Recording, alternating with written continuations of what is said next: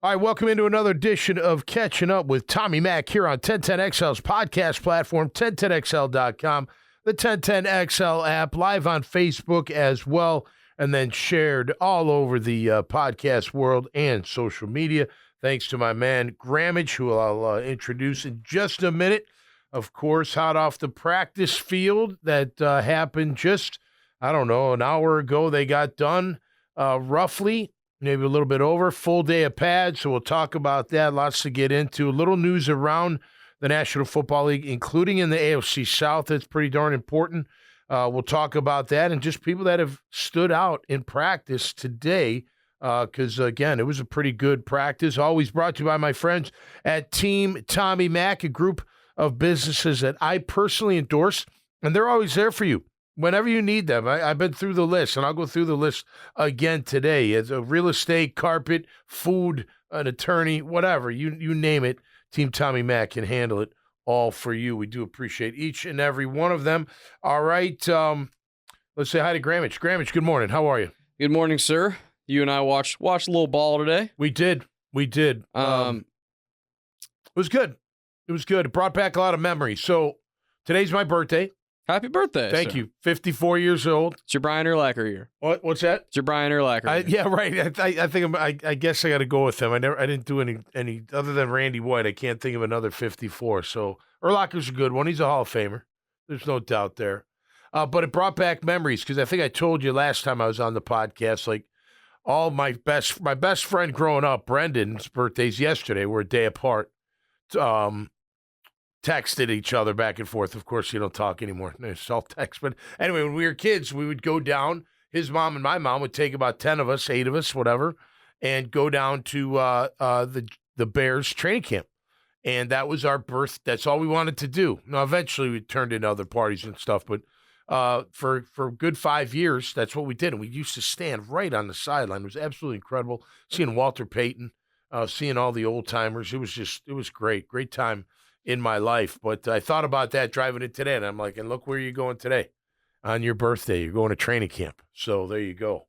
And it was a good day. It was a good day. Not too sunny out there, not too warm, a little muggy, but not bad at all. It was a very well-attended practice, no doubt about that. Great to see Wayne Weaver, Mr. Weaver, on the sideline. They came out with him, and he's in a wheelchair, but, man, he looked good. He's got a beard. It even looks good on him. He was always freshly shaven back in the day, but it's great to see him out there. And, you're sitting there thinking, you're like, man, without him, none of this really exists, probably. Without him, and we're right in the Miller Electric. What a great place to practice, a great place to watch practice. Thanks, babe. My wife's saying happy birthday to me. Thanks, honey. Hello. But a great way, great place for the players, the organization, everything. And, man, he's out there. You're sitting there just thinking, like, man, without him, none of this exists. So, obviously, he's an icon, and great to see him. That was a nice birthday present to see Mr. Wayne Weaver out there. And it was well attended. And it was, look, they were in pads.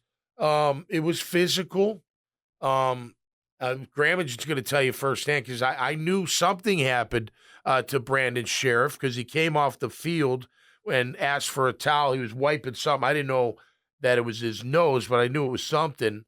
Grammage says he got a first up-close look at the nose, and it didn't look pretty. It looked like he might be going a few different directions. It looked like Rocky's nose in Rocky 1. Yeah. Remember he's all proud he never broke his nose. Right, and, Yep. But yeah, it looked all swollen and jacked up and was going anyway but straight. Yeah. It was bloody. He went back in for the record. Yeah, it was bloody. And I didn't know the nose because I've been watching. I mean, most of the time during practice, I want to watch the O-line and D-line. I want to watch them work. I like watching the receivers and the DBs go one-on-one too, but if I have to pick, because they're on opposite ends of the field, you can't watch both. I mean, you could, but I don't know. You could be going back and forth. It'd be tough to focus, but I like watching the O-line, D-line. So he goes back in, and he's using his head to stone the D lineman coming at him. So, man, that had to hurt. Sounds like the helmet came down. It does. If that moves on you and you hit somebody, it crashes right down on the top of your nose, and it can leave a mark. Man, I hope it gets better. Probably needs a couple days off to let that heal, but what a tough hombre going back in. That's what I'm talking about, man. And they were getting after it. They were. I saw Cleveland be pretty physical. Morse was pretty physical. The tackles were pretty physical overall. Tank Bigsby's cutting nice, man. I'm not ready to say anything yet, but you could tell he's running very confidently. I mean, very, very confidently. So that's a good thing. Looks like he's cutting on time, you know. The offense had it. Look, I think both sides had a good day today, you know. And by the way, I know everyone gets their panties in a wad, so upset when we, the media, whatever, you know, they call out a bad day. Like Saturday was bad. It wasn't just Trevor. It was the offense. It was the other quarterbacks too, but he's our guy.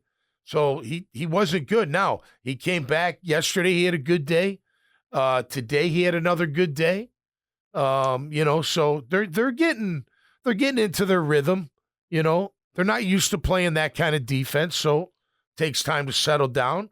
I thought the O-line overall, including one-on-ones, did really well against the defensive line today. I thought they had a good day overall. Brian Thomas Jr. made a hell of a catch. That was pretty phenomenal. He looks smooth, man. He's fat. I just look, again, and I tell this to people on the sideline, I'm like, the problem is, I was talking to Leon Searcy, I'm like, the problem is we just don't know how good the other side is. You know what I mean? Defense looks good. The coverage is tight. Coverage is really tight. Until you go against somebody in a different uniform, just nearly impossible. You know, to tell. Tampa coming here that'll be a good test. Because they're, you know, I don't know about paper. I would have to really look at their roster, but they're, you know, right where we were. Basically, 500 ball club getting into they got in, we didn't get in. You know, they got hot at the right time, we did not. But that'll be a good test. You know, and those things can get pretty heated. I was expecting a fisticuff. You know, it's funny. I was sitting there talking to Logan Bowles, a photographer, really good guy, really nice kid. He's 35, really nice young man, and we were watching the O-line, D-line, and just kind of commenting here and there, and then afterwards, they all hug each other and say congratulations. I'm like, man, I'm usually pissed off like after like a very physical one-on-one, especially if you didn't do well. I'm not hugging hey, thanks for kicking my ass, or hey, you know what I mean? I don't know. I guess they're a very close-knit bunch over there, and between the offense and defensive line. You're trying your hardest to say that with a straight face. Yeah, I know. It's all right. Yeah, I mean, look, they are trying to take care of one another, so that's cool. Nobody wants to get hurt. Thank you, everybody, for the birthday wishes. I really, really appreciate it. Already a great day, and it's going to continue. I will tell you this. I didn't mean to cut you off. So last night, my wife and I go out.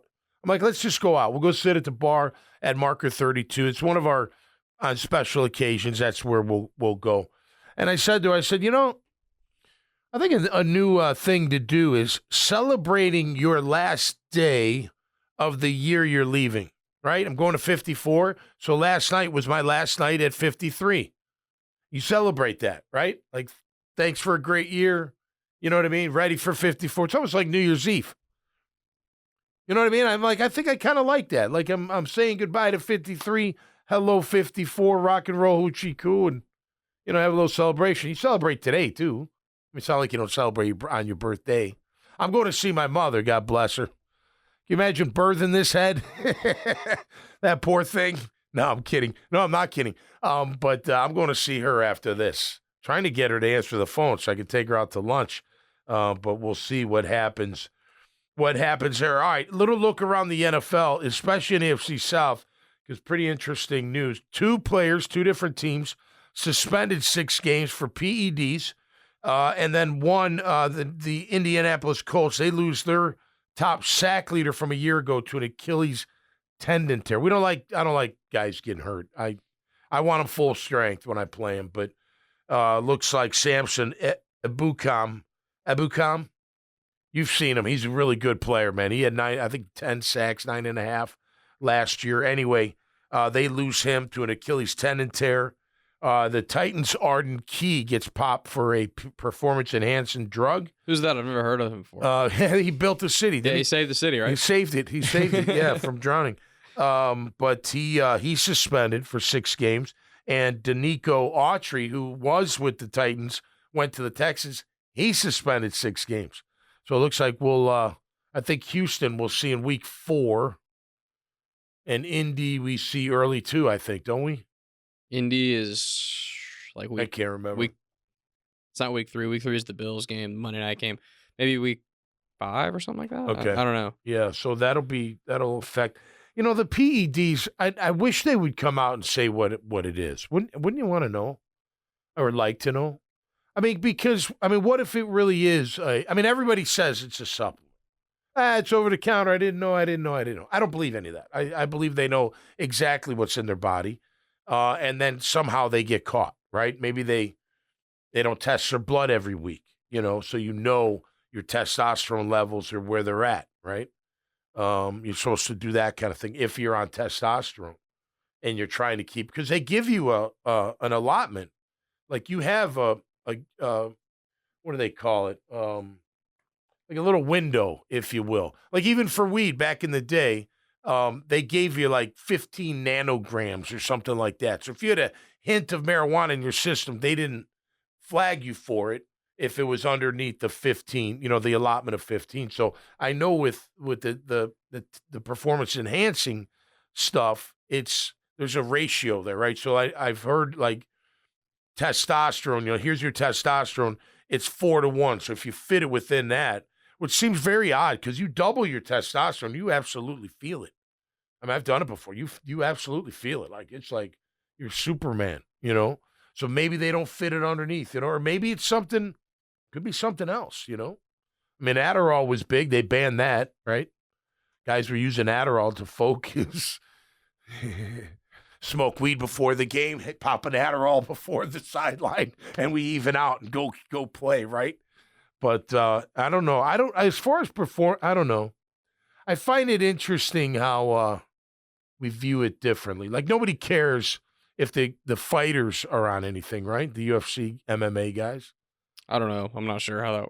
I don't know. I'm just saying. Like, do you care as a fan if they're taking steroids? What if they're both taking them, or they both have the opportunity to take them? And by the way, just so we're clear. This ain't for kids. Nothing's for kids. Drinking, none of that stuff's for kids, right? I'm talking about adults. These are grown professionals. Yeah, if they want to put that stuff in their body, that's their prerogative. And before you give them any grief, then don't do any Botox either out there. You know what I'm saying? That's a performance enhancer. I guess really, they say. I guess really all that matters is that everyone's on a level playing field. Right. So if you can take, if we're going to fight in a UFC match, if you can take them, I can take them. And if you can't, I can't. Right. I don't. Then you're okay with it. I guess to answer your question, I don't. What if football was like that? Would it bother you? No. I don't think it. I already know. So I don't bother me none. But. With all the injections and stuff for injuries and things they take during a game, anyways. Is it that different? Right. Is it that different? Right. And honestly, too, most of the time, maybe not most, but a lot of the time that guys get busted for things, and if it comes out later what it was or whatever, right? I feel like most of the time in my life I've heard about that type of thing. It is someone that is coming back from some type of injury, that is attacking rehab, and it's some sort of it's some sort of misstep in the rehab process to get back. Versus, I think when a lot of people hear PEDs, they just assume you're just roiding up to be as much of a use as some possible. of it is for recovery. You take it to recover, right? But Football's there's no denying that it makes you stronger. Yeah, it makes you recover better too. There's no question about that. I guess the flip side of that coin is in 2024, with everything they know, with how advanced the medical technology is, and all the information they have, and all the resources the players have. If certain things are banned, they're banned for a reason. Yep. But I'm not a doctor, so I don't know. Like I know. You know what I mean? Like I could be very ignorant and wrong on this. Well, look, the more you build a muscle, the more pressure you put on the tendon and ligament, right? So that could be part of the problem. guys getting hurt. I remember hearing, this was after I was playing, that there was a HGH testosterone concoction going around that fit under the radar. You never got busted for it. So you were seeing these gigantic human beings, you're like, how'd they get so ripped? It's not all genetics, trust me. But I every time I see a PED, I'd like to know what it is, because there are some things I don't think I'd care, because I think you've heard this saying, look like Tarzan, play like Jane. Sorry if that hurts anybody's feelings. I don't mean anything that bad about it, but it was basically like, you look like this, guy that's going to be an unbelievable football player because of the way you look, and then you go out there and you get knocked around, and you're like, wait a minute, where's all that muscle? Where's all that weight room strength? You're getting knocked on your ass, and you can't do anything out here. You look good in the weight room, you look good with your shirt off, but you look like Tarzan. Play. Can you say that today? I guess you probably can't. You probably can't. People come after you. What are you saying, Tom? Have you heard the Ray Lewis story about when he first got drafted out of Miami to the Ravens? Yeah, he was like 220 pounds. And he was shredded, too. Like he was little. I saw him his rookie year. He came to our after the game. He was in a suit, but he came. I remember literally looking at Ray and being like, man, I didn't realize he was that little. But he was like wiry, muscly, he was absolutely muscular, like abs, defined chest, kind of look, like sort of a bodybuilder. But he grew into a gigantic human being. And he said that when he got to the Ravens, and first couple of practices there, whatever, takes his shirt off, and he's got the abs and everything, whatever, and a bunch of dudes on the team, a bunch of defensive players were like, he won't play at that size in the league. Yeah, and he got way bigger. And he wasn't deer antler sauce or something. Remember that? He was taking the deer antler, whatever. And he wasn't as ultra strength. He wasn't as toned and defined, but he was a way better player. Because when you got to tackle Eddie George and Fred Taylor and those types of guys in your division, and Jerome Bettis, you need to have some more weight. Ass to you. Yeah. So how do you think he got that big? Well, yeah. I mean, he's big. He's big, man. But it just proves your point that the most physically impressive looking guys are not always the best players. Not always, no. Sometimes they are. Sometimes they very much are. Yeah. I mean, look at basketball is a different sport. Like Nikola Jokic looks like he's your uncle. No, right. Right. He plays like he's played with middle schoolers in a pool hoop. You're right. You're right. You're know what I mean? There going, what? How is that guy doing that? But we all come in different shapes and sizes, right? Basketball's obviously a different sport, but you get the point. No, absolutely. I mean, remember Mahomes was getting made fun of last year for his dad bod? Yeah, have a little pouch. I mean, Mahomes would go first overall in anyone's draft ever. Yeah. You see the video? I mean, everyone's doing videos, teams are. He just slings it everywhere and puts it in the right spot all the time. He makes it look easy. He makes regular throws look like easy. Nothing. No, I know. He's doing sidearm. He's fitting it in, Well, and that's the thing. Look, again, back to, the offense and how they perform better today. But so if you're used to Mike Caldwell's defense that you went up against for a couple years, it's different than Ryan Nielsen's defense. The coverage is just different, right? So the press, they're tight on coverage. I mean, there is no dropping back in the zone and, reading and reacting. There's getting up in the face, dictating what that first two steps are going to be and being on top of them. I mean, their coverage has been really, and I'm not just talking to starting guys or projected starters. I'm talking all of them, feels like Broswell the other day. Great pick on one-on-ones against Trevor. It wasn't a bad throw. It really wasn't. And by the way, it was one-on-one with Kirk in the open field, and he shut it down. I mean, he picked him off. I mean, it was a great play. And, I know he's been around for a couple years, Christian, and trying to, hopefully he can stay healthy and maybe compete. They're going to, Darby looks good. Jones looks good. Prince looks good. These corners, by the way, Edmonds is out there a lot, number 45. I don't know if you noticed him playing a lot of whatever, nickel safety or whatever it may be. So they got a lot of competition on that defensive backside. So that might have taken, because the windows are tighter. because of that coverage, right? Unless somebody blows the coverage and the guy's wide open, the windows are tighter. It's just naturally tighter. You know, I always say, like in cover 2, there's always a hole between the corner and the safety. There's always a hole. Well, man, if you're on your man, there shouldn't be no holes. You just got to put it in the tight window, and you got to put it in the right spot. Trevor still doesn't always put it in the right spot, even on completions. But he's getting back. I'm not saying he can't do it. He's just got to be more consistent with that. In theory, if you could play perfect man, you would never play zone. No. There'd be no reason I to. would never. Yeah. No. Because zone, like you said, every zone has holes. Man, the principle of man is there's not going to be holes. If I play zone, I better get to the quarterback. However, I got to get there. Now, even if I play man, I want to get to the quarterback and have him sitting back there and me trying to plaster my guy all over the field. That's not good. You do need the rush. I'm not saying that, but yeah, man dictates a lot. Press, cover 2 press, man to man, that dictates a lot. So I think that's taking a little bit of an adjustment, even for the quarterbacks to where to put the ball. So, but there's some good plays today. There's some good throws today. There's good runs today. The O-line played good today.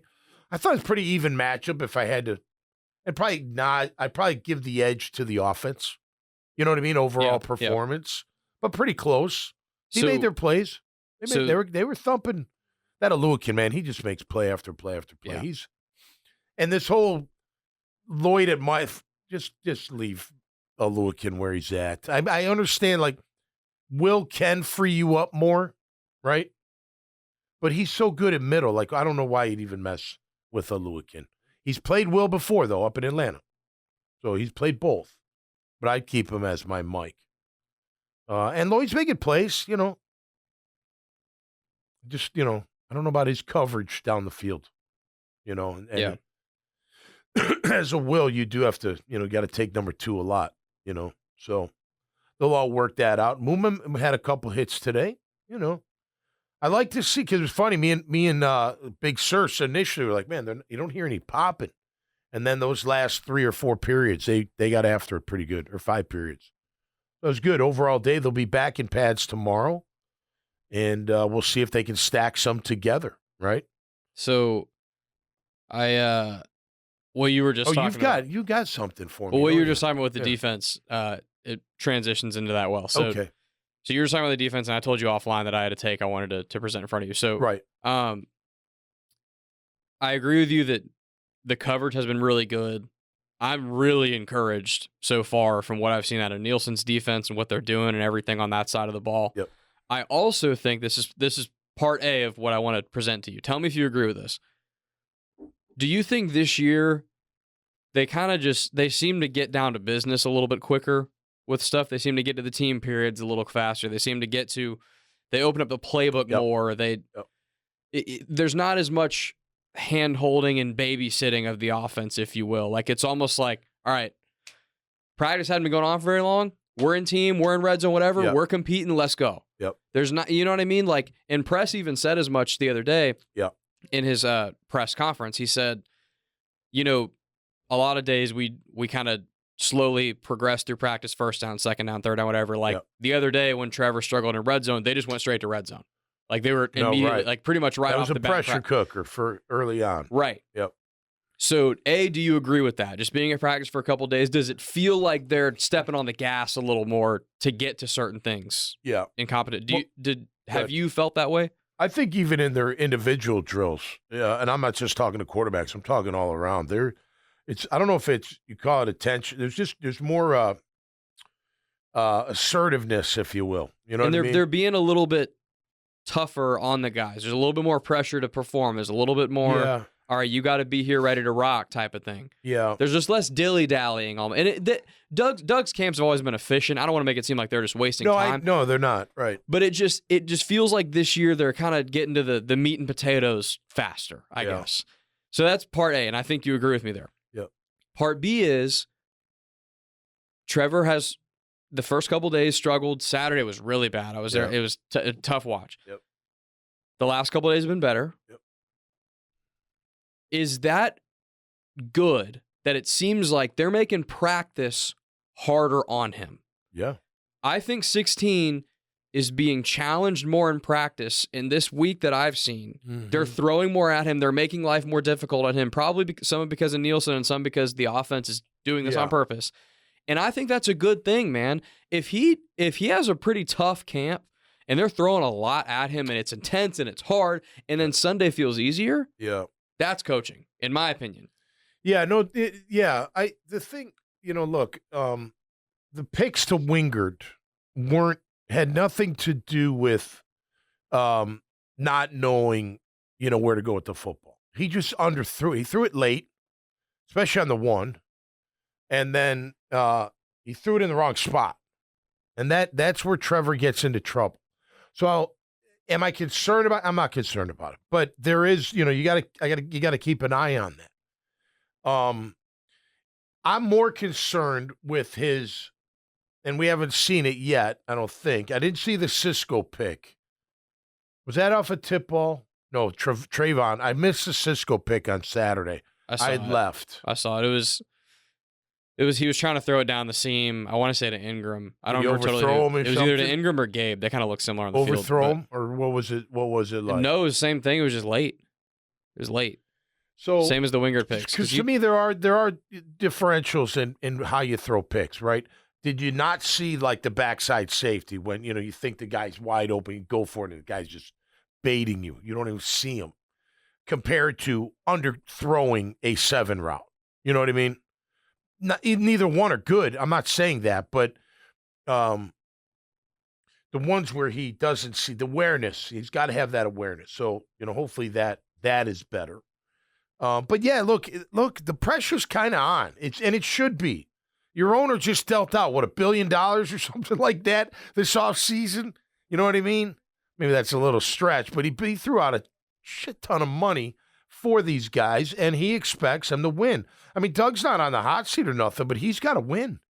They got to have a good year this year. I'm not saying Super Bowl or bust, but playoffs are bust.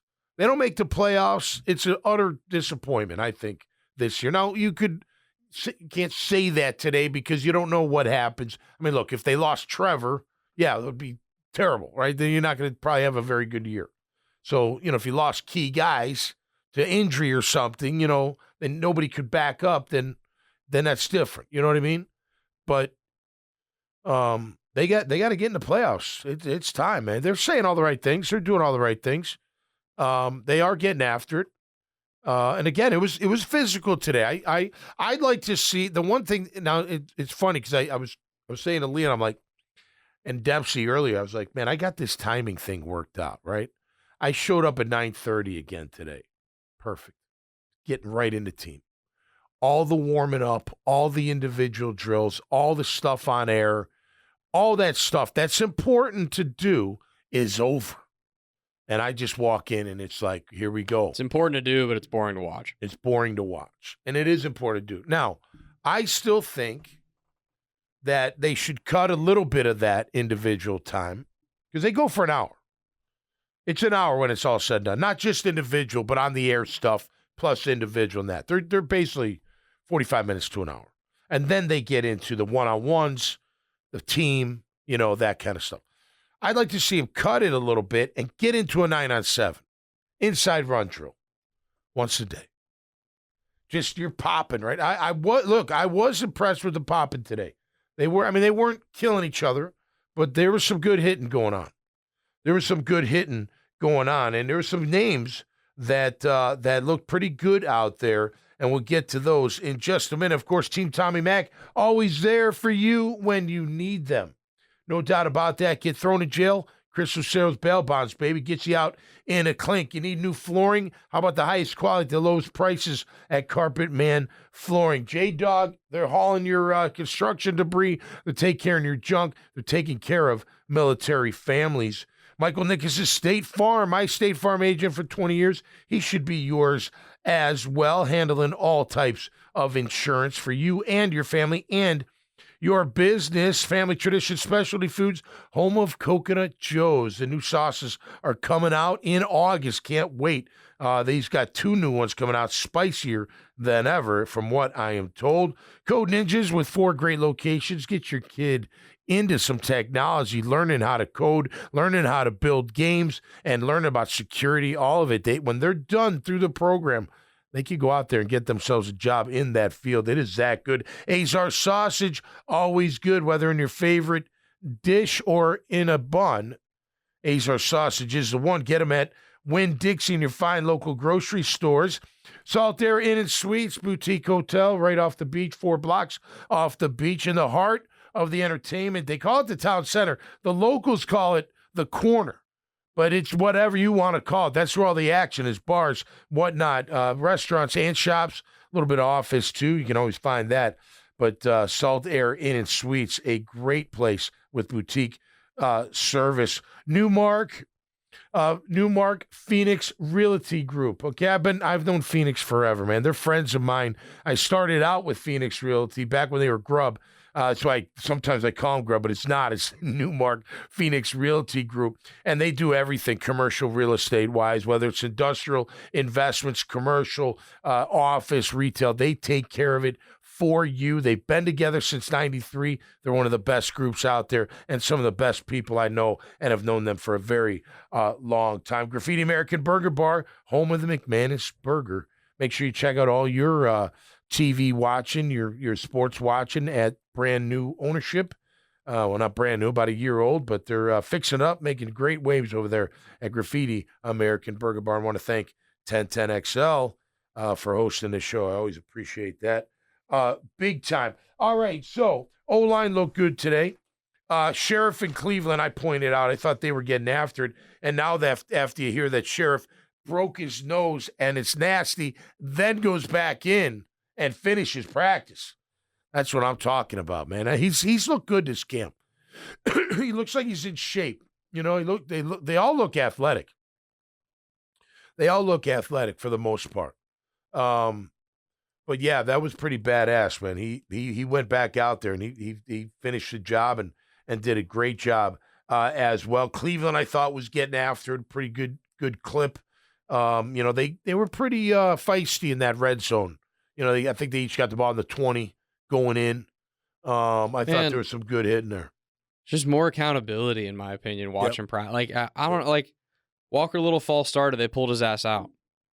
He did it twice. They didn't catch him the first time. I did, though. But, like, I saw him move just an inch early. But, yeah, he's pulled him out for a play. I don't know that they'd have done that last year's camp or the year before. Yeah, no, right. That's refreshing, man. Yep. Like, I like the fact that their coaches are a little pissed off when they make stupid mistakes like that. And in camp, it's going to happen. That's kind of the point of camp. But I like that it actually matters now. Like, I feel like as a player, it's not as much. It's not as much. It's okay. Yeah, we'll get him next time. No, right. Yeah, and it was a bad false start. And that pisses everybody off because you screw up the play. And he did. He said, all right, he called them walks or something like that. Walker, come on out. And he sat him down for a play, I think. He went back in after a play or two. But that's good. Gibson's a pretty interesting player. Travis Gibson, man, number 50. I'm going to like him coming off the bench, I think. I think he's got some pass rush moves, some pass rush ability. Miles Cole, the 7th rounder, he's got something. I don't know if I'm ready to say he's 53, you know what I mean? But he looks like he's got something. Mason Smith, he looked good in one-on-ones. He was getting animated, too, yelling and stuff. I love that. Good. Yeah. Good. He's a big boy. You know who loves to yell and talk is Mac Jones. Oh, I know. He's a goofball. He threw the ball in the stands. He's doing the gritty.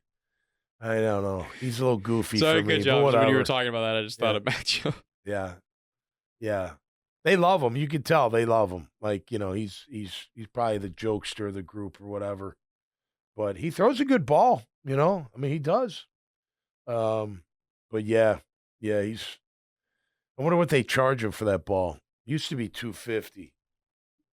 Actually? Like, you can just pay for it?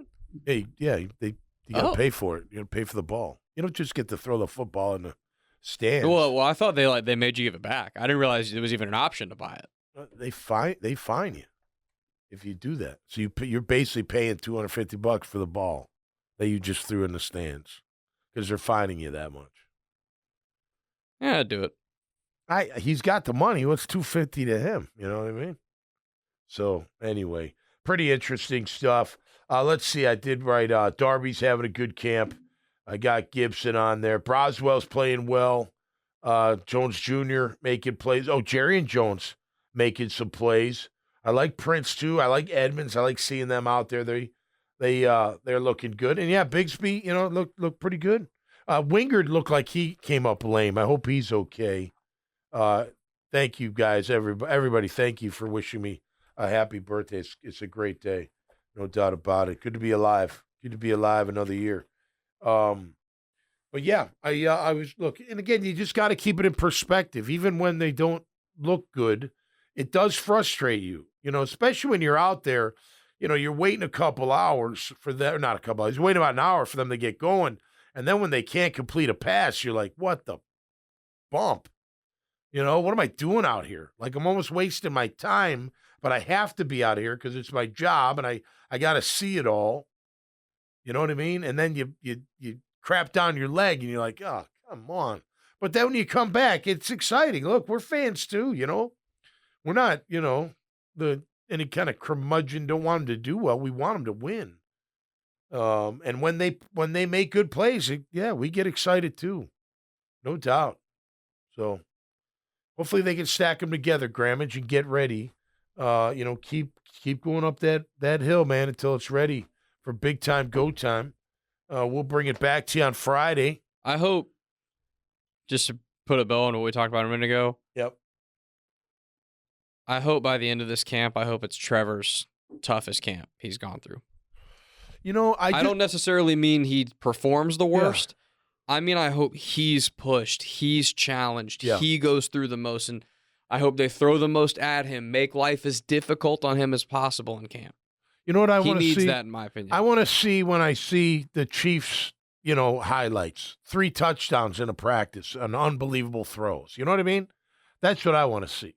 I want to see Trevor Lawrence and back, stacking them together, whipping that ball around and making some really good completions down the field and into the end zone. He made a couple today. That long one to Ingram, I'm going to be shocked if that one ever. I mean, he starts over here. He goes like this. He's taken, but they completed it. They've totally fooled him. He was wide open. But that's what I want to see. I want to see crisp, Today was better.